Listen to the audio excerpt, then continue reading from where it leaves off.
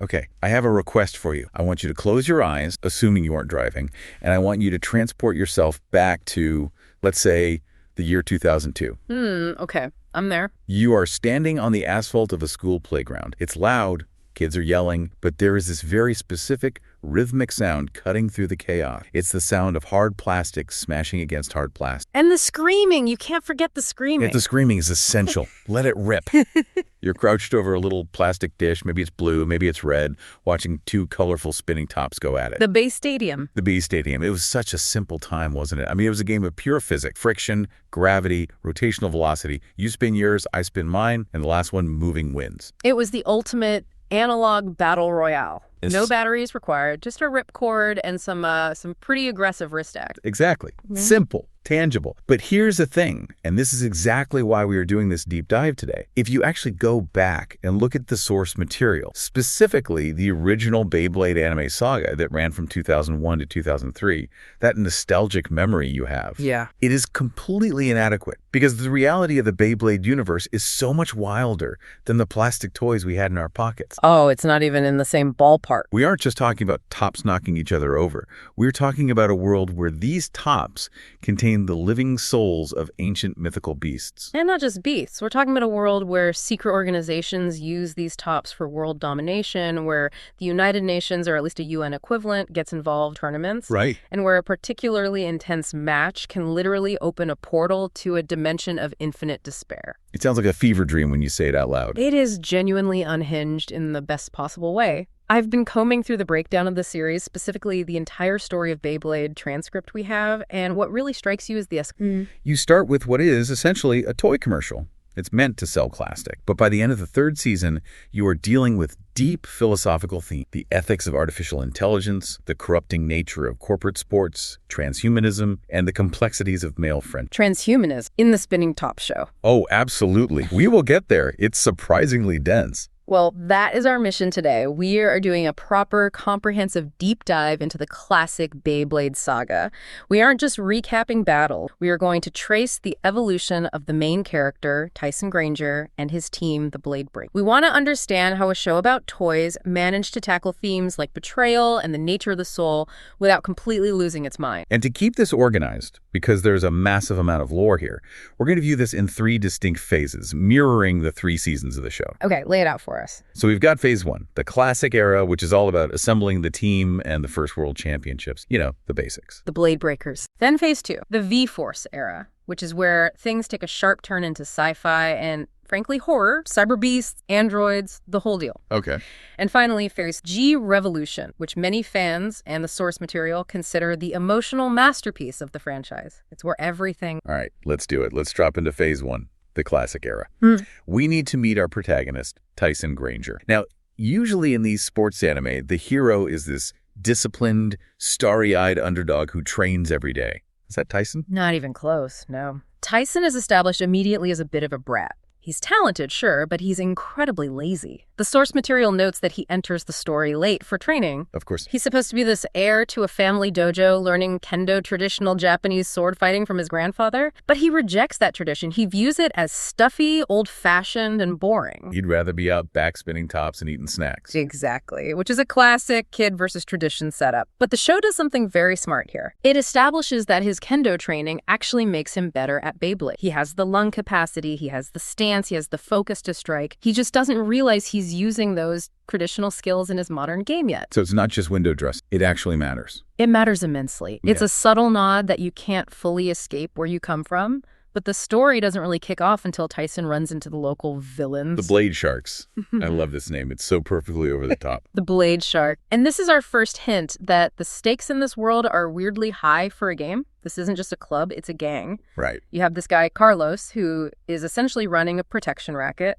He challenges kids, and if you lose to him, he takes your Beyblade. He literally has a laundry bag full of stolen parts. It's like the playground mafia. Nice top you got there. Shame if someone were to win it. It is. And Tyson, being the hothead that he is, steps in to defend the weak. But Carlos isn't the real threat.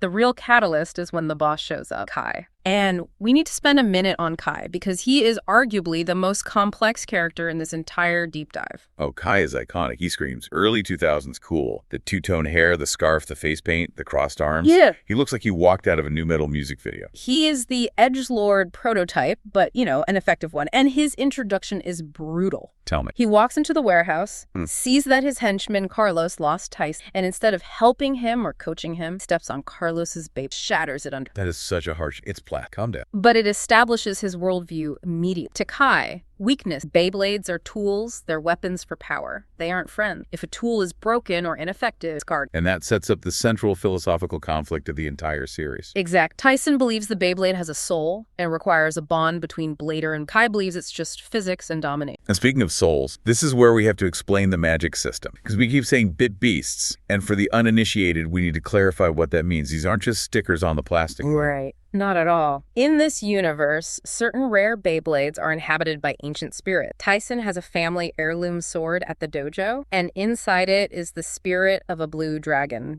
Through a series of events early in the show, that spirit gets transferred from the sword into his Beyblade. So he is essentially battling with a ghost dragon in his pocket. Precisely, and that's what a bit beast is. Kai has Drancer. Later we meet the rest of the main. Max, who has Drazel, a giant metal turtle, and Ray, who commands Dreiger, a white tiger. And those are the 4 sacred beasts of Chinese mythology, right? The Guardian. Which adds this layer of destiny to the game. It elevates it from kids playing marbles to chosen warriors fighting for battle. So Tyson and Kai clash early on, and crucially, their first big battle ends in a draw. Why is that important? It's fantastic writing. If Tyson won immediately, the rivalry is dead. He's just better. If he lost, he's just another. The draw says, you are equal. It annoys Kai to no end because he believes he should be superior, and it gives Tyson a tangible goal. It hooks them together. But they can't just fight each other forever in a warehouse. The plot moves them into a tournament setting. Yes, and this is where we get the classic assemble the team trope. This older gentleman, Mr. Dickinson, who is the chairman of the BBA, the Beyblade Battle, he sees their potential. The BBA, I love it. He basically forces them to work together to represent their country in the World Championships. And this gives us the blade break. You have Tyson, the hot-headed power player,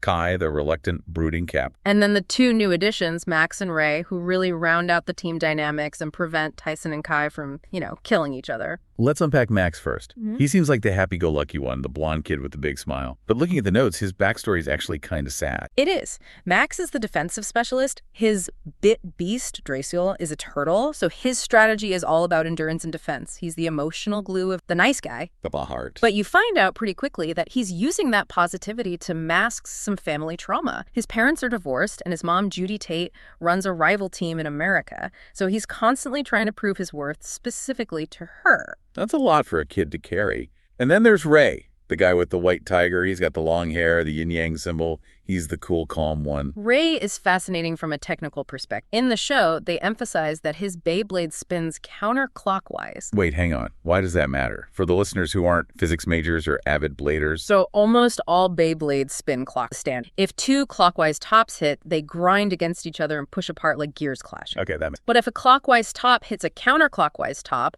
they interact differently. They can actually steal spin momentum.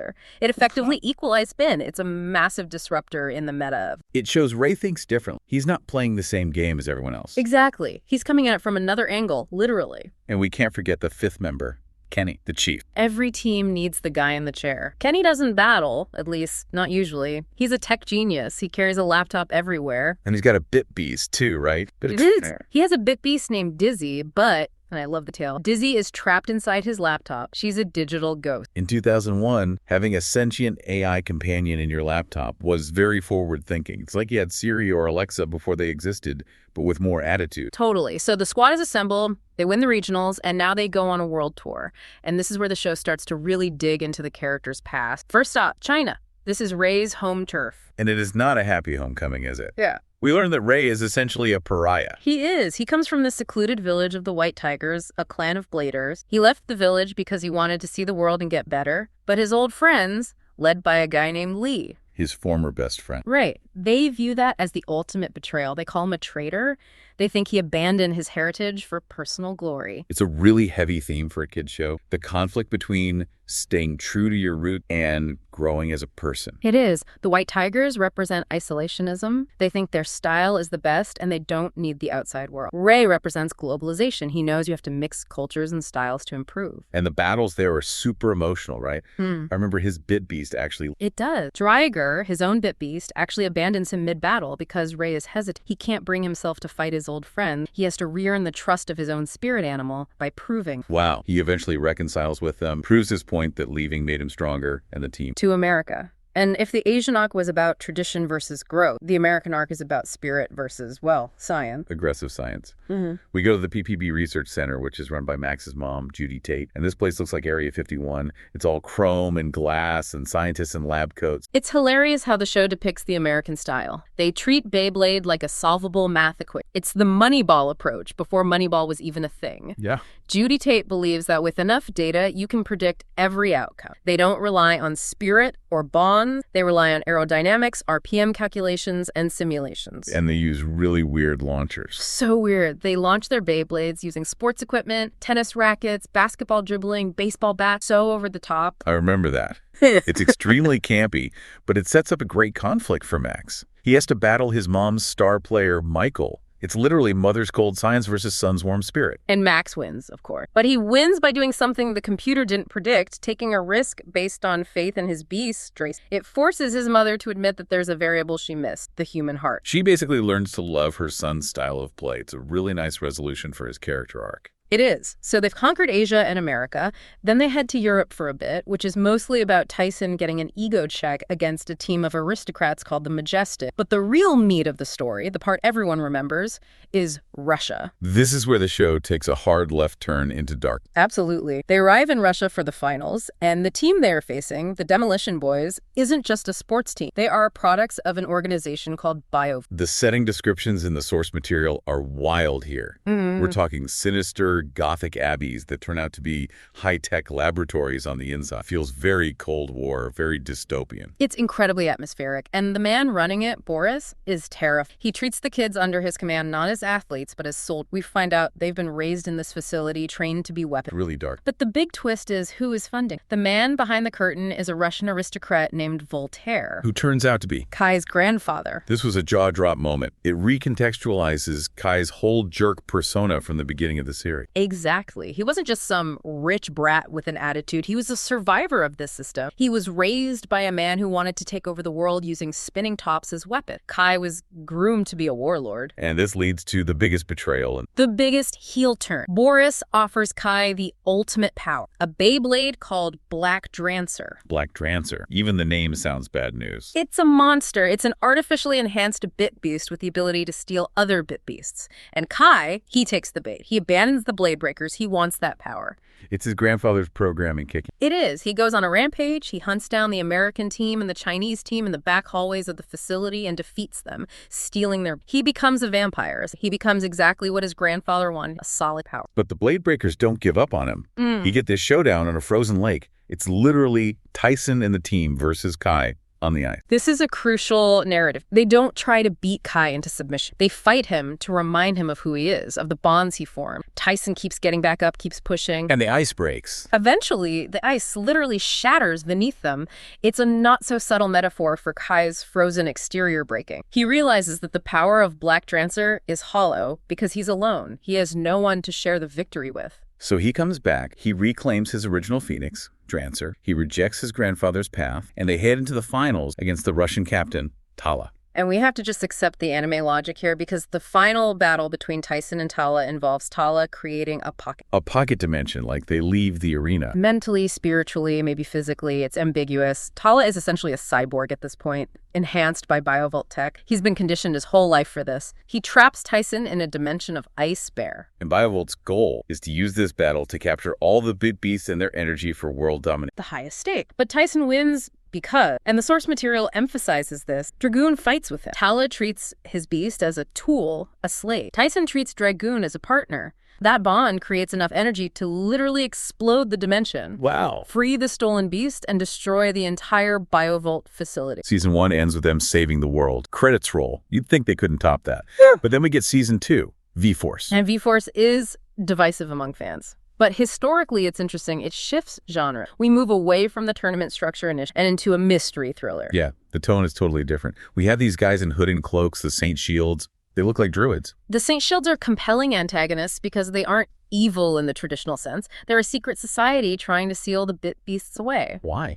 Because, as we just saw in Russia, these things are weapons of mass destruction. Their argument is humanity cannot be trusted with this power. Which, honestly, after seeing a dimension explode, is a fair point. It is a fair point. And they introduce a new tactical problem for Tyson. Invisible bit beasts. You can't hit what you can't see. Tyson has to learn to sense the wind, use his other... But they're not the main villains of the season. No. The real villains are Team Psych, led by a guy named Gideon and his scientist, Doc. And this brings us back to the science theme. But Dark, they are trying to create cyber bit. Right. If the Russian arc was about biological conditions, V-Force is about artificial intelligence and cloning. They capture data on the blade breakers and create digital copies. But the technology is unstable. Extremely. We see bladers like Kane, Selima, and Jim use these cyber beasts, and it drives them insane. It corrupts them. The machine corrupts the user. It's almost an addiction metaphor. There's that scene in the digital tower where Tyson fights Kane. Kane's cyber dragoon goes berserk and starts expanding, destroying the building structure. Right, and Tyson actually stops fighting to save Kane. He values human life over the win.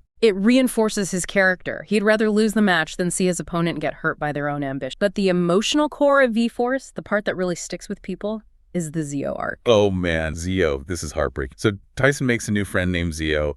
He's a sweet kid, looks up to Tyson, wants to be a blader. They train together, they hang out. He's like Tyson's #1 fan. And then we find out Zio's father is the new main villain, Dr. Zagart. And Zagart drops a bombshell that is straight out of Astro Boy or Blade Runner. Zio is a robot. Zio's an android. Zagart's real son died in an accident years ago. Zagart, in his grief, built a replica Zio. But Zio isn't a real boy. And Zagart's whole motivation is? He wants the bit beasts because he believes their mystical energy can turn Zio's android body into a biological human body. It's the Pinocchio story, but with spinning tops and immense psychological trauma. That is incredibly heavy. I built you to replace my dead child, and I need magic dragon souls to make you flesh and blood. It raises the question, what makes us human? Zio finds out he's a machine and has a total identity crisis. He hates himself. He fights Tyson in the finale, not for a trophy, but for his right to exist. He thinks if he loses, he's just scrap metal. And how Tyson handles this is so important. He beats Zio in the battle,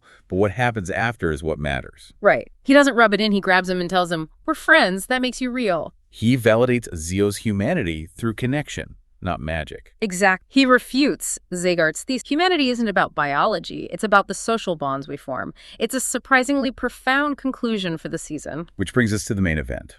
Phase 3, G-Revolution. Every fan I talk to says this. It is the peak, no question. It takes everything the show built for 2 seasons and smashes it with a hammer. How does it start? The premise is simple. The World Championship is back. But this time, it's a tag team format. And Tyson, being the naive guy he is, assumes the Blade Breakers will just ride again. Go team! But they don't. No. Max realizes that to grow, he needs to leave Tyson's shadow. He goes back to the American team to blade alongside. Ray realizes he has unfinished business with his people, and he goes back to lead the China. It's the breakup of the band, and it hurts. Tyson is just left standing there alone. It's necessary pain. They were codependent. Now they have to stand on their own. And then Kai. Kai is always the wild card. What does he do? Kai initially retires. He says he's done. But then he joins the Blitzkrieg Boys Tala's new team from Russia. He joins the enemy. Why? Because he wants to fight Tyson. He realized that his only equal is Tyson, and he can't fight him if they are on the same team. He joins the enemy just to get a shot at the title against his friend. It's the most Kai thing imaginable. So Tyson is feeling completely abandoned.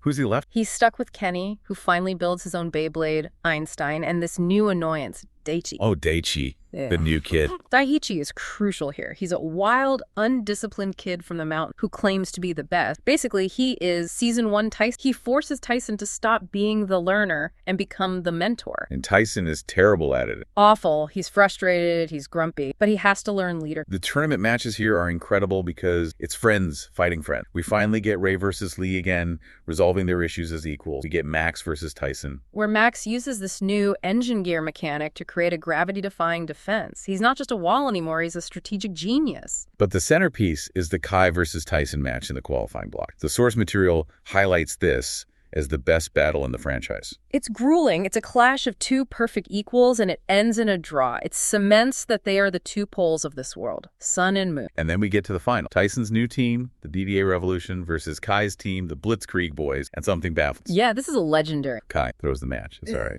He doesn't just throw it. It's a brilliant strategic move, or maybe just pure arrogance. Kai fights Knight, and instead of crushing him, Kai maneuvers the match so that he loses on purpose. But why? Because by getting knocked out, he forces the final matchup to be his teammate, Tala, against Tyson's weakest link, Kenny. Kenny, the tech guy, versus Tala, the cyborg super soldier. It seems like a slaughter, and it is, but Kenny uses his analytic mind. He knows he can't win, but he can stay in the ring long enough to analyze Tala's new weapon, his new Beyblade. He sacrifices himself to get the data. Which allows Daichi to come back in the tiebreaker and win. Exactly. Tyson's team wins the tournament, confetti falls, and you'd think, again, that's the end. But it's not. But G-Revolution pulls a fast that tournament. That was just a warm-up, because now we enter the Beiji arc, and this is where the show capitalism and the commercialization of art. The villain, Boris, is back. He somehow survived the building collapse in Season 1. And he has bought the BBA. He replaces it with BJ, the Beyblade Entertainment Global Association. It sounds so corporate.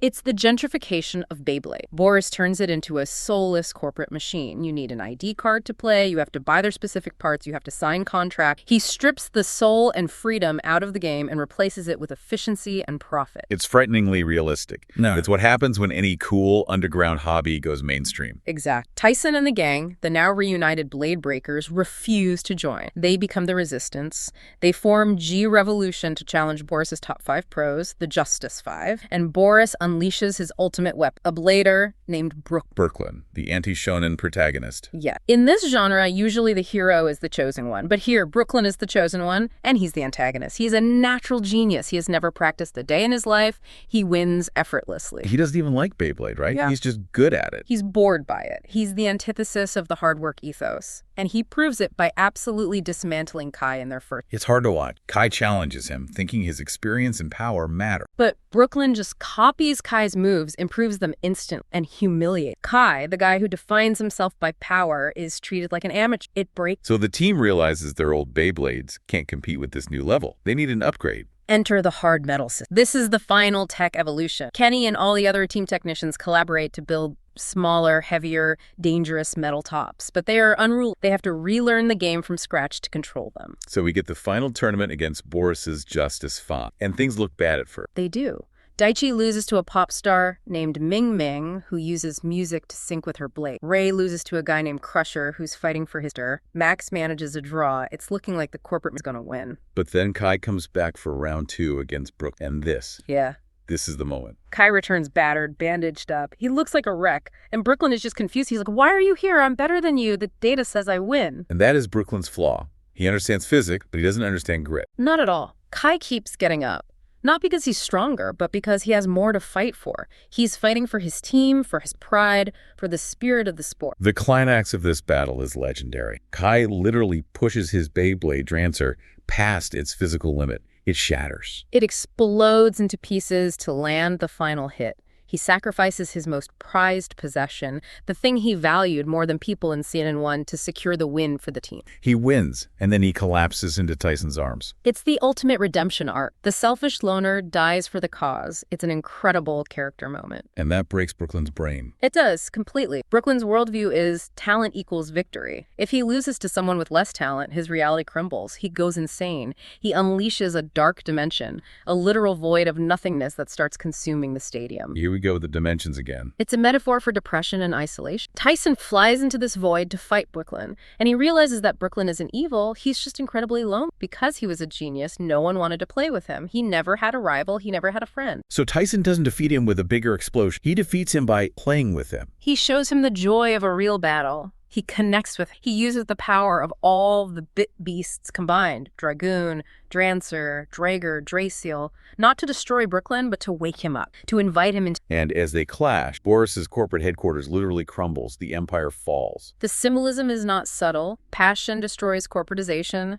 Connection destroys ice. And the series ends in the most perfect way possible. It really does. No grand ceremony, no medal presentation, just Tyson and Kai meeting in a park, no audience, just two friends launching their Beyblades for one last battle. And the last line is just, "Let it rip, kta black." it brings it all back to the playground. It implies that the game never ends. As long as you have that rival, that friend pushing you, you keep spinning. So looking back at this whole saga, what's the takeaway? We went from plastic tops in a dojo to dimensional warfare and corporate takeovers. What did we learn? I think there are three big things. First, the theme of isolation versus connect. Every major villain, Kai at the start, Zagart, Bricklin, they all thought power came from the self, from being alone. The heroes consistently prove that real power comes from a network, from relying on others. Max relying on his mom, Ray relying on his village, Tyson relying on the team. Exact. The second thing is hard work versus talent. The show respects talent. Brooklyn is scary, but it argues that talent is fragile. If you've never struggled, first time you get hit, you shatter. But hard work, passion, that makes you resilient. That's what Kai and Tyson. And I'd add adaptability to that. The game kept changing. Bit beasts, cyber beasts, engine gears, hard metal. The characters who refused to change, like the White Tigers initially, got left behind. The ones who adapted survived. Which is a pretty solid life lesson, actually, even if you don't have a dragon in your pocket. Absolutely. Well, this has been a wild ride down memory lane. I'm never going to look at a spinning top the same way again. Just be careful next time you see one at a yard sale. Right. Spin it too hard, you might wake up in a dimension of ice. Or at least you might make a new friend. That's a better outcome. Thanks for listening to this deep dive into the world of Beyblade. Keep spinning, everyone. See you next time.